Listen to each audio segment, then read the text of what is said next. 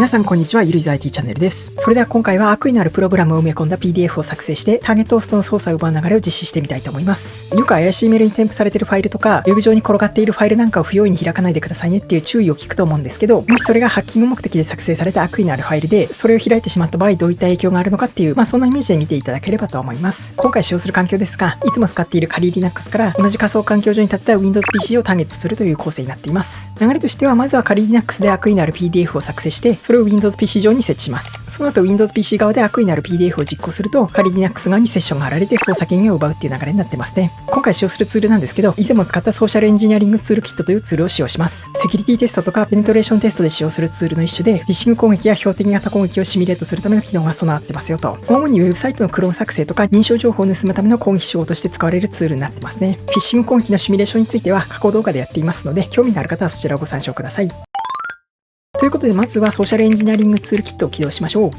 起動するといくつかメニューが表示されるんですけど、1番のソーシャルエンジニアリングアタックを選択します。そうするとまたいくつかメニューが表示されるんですけど、ここでは攻撃手段の選択をするっていう感じになってますね。1番がスピアフィッシングアタックで、これは標的型攻撃のことになりますね。2番がウェブサイトアタックで、これは以前やったフィッシングサイトの作成なんかをするときはこの項目になりますね。3番がインフェクシャスメディアジェネレーターということで、これは USB なんかのデバイスに悪意のあるプログラムを埋め込むタイプで、それを PC なんかに接続すると操作を奪えるっていう、そういうやつになってますね。4番がペイロードの作成になってますね。5番がマスメールアタックで、これはメールクライアントを乗っ取って、そこからフィッシングメールを送ったりできるっていう、そういうものになってますね。こんな感じで結構いろいろな攻撃手段を選択することができるんですけど、使い方によっては危ないことができるツールなんで、ご自身で使用する場合は十分にお気をつけください。今回は標的型攻撃になるので、1番のスピアフィッシングアタックを選択します。次に標的型攻撃の種類が表示されるんで、ここでは2番のクリエイトアファイルフォーマットペイロードを選択します。そうするとまたずらずらと項目が表示されるんですけど、このメニューではファイルやツールの種類を指定する感じですね。Adobe 系が多いんですけど、他にもカスタムエグゼとか VBA なんかも選択できますよと。今回 PDF を作成するんで、14番の Adobe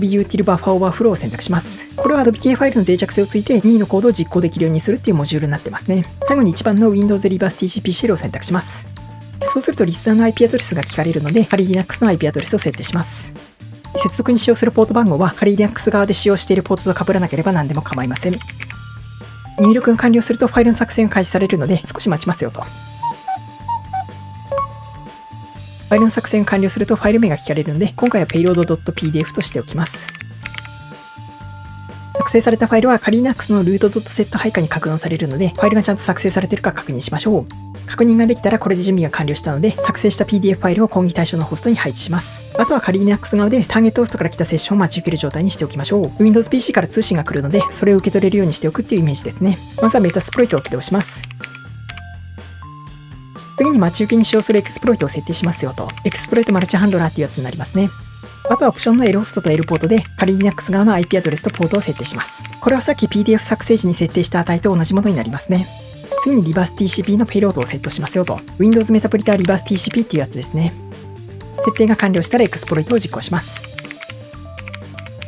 エクスプロイトを実行すると Windows PC からのセッションの待ち受けが開始されますよと。これで仮 Linux 側の待ち受けの準備ができたので、Windows PC 側で悪意のある PDF をクリックして開いてみましょう。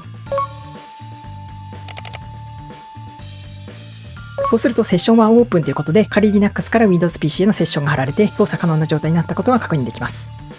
あとはコマンドプロンプトで実行可能なコマンドを使用することで Windows PC を遠隔操作することが可能となっています。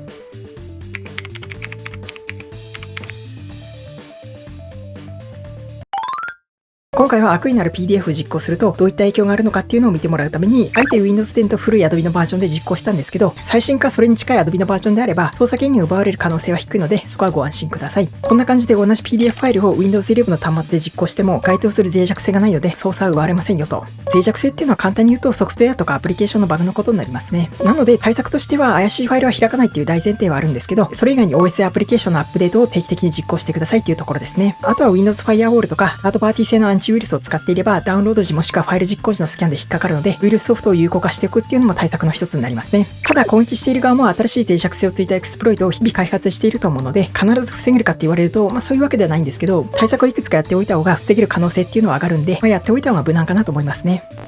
ということで今回の演習は以上になります。基本的にクライアント側でファイルを実行してもらうっていうのが操作権限を奪うためのトリガーになるので、そう簡単に攻撃が成功するっていうわけではないんですけど、悪意のあるファイルを不要に実行するとこういった危険性がありますよっていうのを理解いただけたんじゃないかなと思います。ということで今回の動画は以上になります。最後までご視聴いただきありがとうございました。よければチャンネル登録、高評価よろしくお願いします。それではまた別な動画でお会いしましょう。